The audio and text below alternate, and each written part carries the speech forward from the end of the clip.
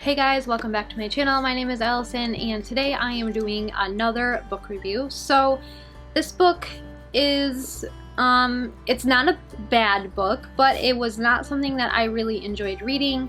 But I did review the first book and I kind of want to read all of the books and review all of them and have them all up on my channel. So here I am doing a book review for this book. This video is probably going to be pretty short just because I don't necessarily have a lot to say about this book, but we're just going to go ahead and get started. So the book is Dune Messiah by Frank Herbert, and it is just a teeny tiny book.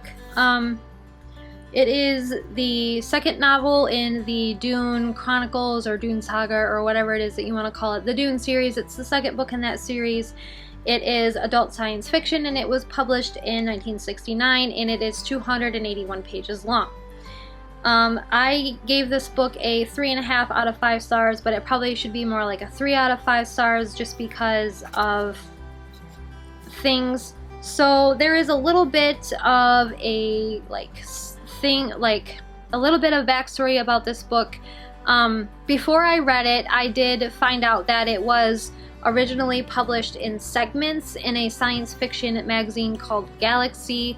I have no idea if that magazine is still around, but it was published in periodically, so it was not published all at once in book form, which I thought was very interesting. So, but that kind of explains one, why it's so short, and two, why the story seems kind of rushed and there's not a lot of backstory or anything going on. But anyways, we're gonna go ahead and get into the actual review. So when I review books, I review 5 categories: character, world setting, plot pacing, writing, and an overall enjoyment, and then I figure out from there what my star rating is going to be.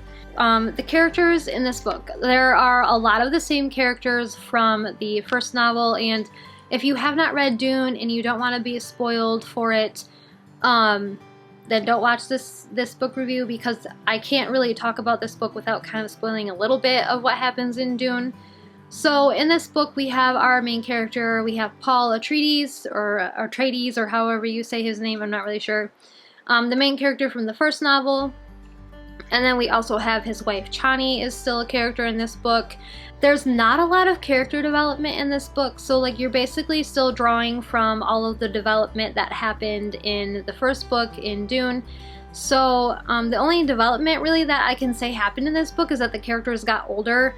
I tried figuring out how many years in the future this book was, and I thought it had mentioned it early on, but I just couldn't find it, and honestly didn't want to take the time to read through the first couple of chapters again to figure out the time difference between Dune and Dune Messiah. I want to say it was at least 10 years. It might have been less than that, but I want to say it was at least 10 years from the end of Dune Messiah, or the end of Dune to the beginning of Dune Messiah. So I didn't really connect with any of the characters, but I didn't really connect with any of the characters in the first book either, just because I can't remember what I said in the book review that I did for Dune, why that was. I think I talked about it, but I can't really remember.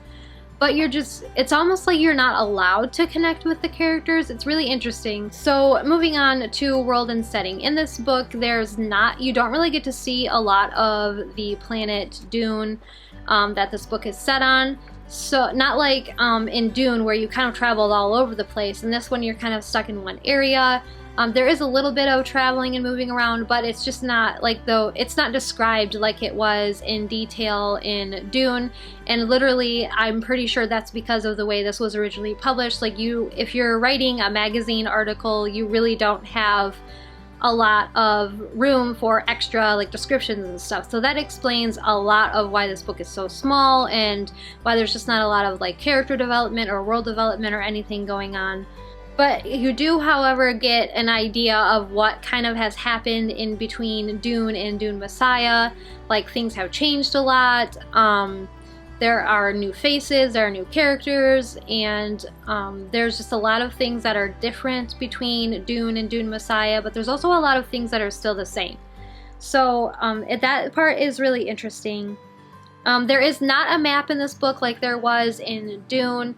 which is okay, I suppose, because they didn't really do a lot of traveling, but I do wish that there had been a map of like maybe the city where all of these events took place, or even just a map of the palace, because you do spend a lot of time in Paul's palace in this book. I mean, obviously that's where he lives. So I do kind of wish there was a map for at least the city or even the palace, just so that I could kind of get like an idea of, you know, where things are in whatever, in relation to the characters in the story and whatnot. So that would have been nice. As far as plot and pacing goes, the pacing, I don't know, it seemed rushed but also slow at the same time. I don't know if that even makes any sense, but like, I think it seemed rushed because not very much was getting explained, and I think it seemed slow because there was literally only one plot for this book. There was no like plot twists or anything, like maybe one plot twist, but you were pretty much told it was going to happen before it did happen, which was kind of like the same with Dune. Like Dune like kind of like spelled out what was going to happen before it actually did. You were just surprised because it actually happened like the book said it was going to happen, when usually it's a plot twist and you didn't expect it to come. So I don't know. This book, I felt like this book was really dramatic. It had a really melancholy like feel to it.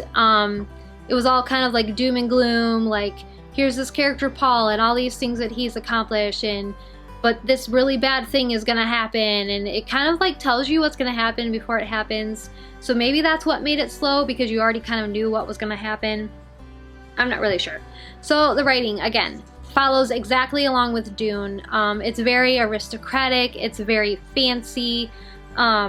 Again, it put me off. I was like, ugh, this writing, I don't know. But then, you know, I got used to it rather quickly, especially since I've read all of Dune, which is like 650 pages or whatever. It does give the perfect tone for the story. Like the writing is done in such a way that it matches the melancholy tone of the story, like the dramaticness and all of that. So that worked out really well. I do appreciate the writing quite a bit, even if the story was a little bit lackluster. Like I would have liked not knowing what was going to happen before it did happen. Like I would have liked a little bit more mystery there instead of mystery in other areas that were not explained very well, but it is what it is. It's a well-written book. I mean, I really can't complain too much about it. Part of the problem with me not liking this book as much is because I made the mistake of reading it after my first 5-star book of the year. So I had that book in my head and like, you know, giving me all the feels and everything, and then I picked this one up right after that. So this was kind of like a hangover book. Like, I totally could have gotten a book hangover from that 5-star book if I would not have immediately, like literally immediately, I picked this up right after I finished that one and started reading it. So that is my fault. Maybe I might have enjoyed this more if I wouldn't have done that, but alas, I did not.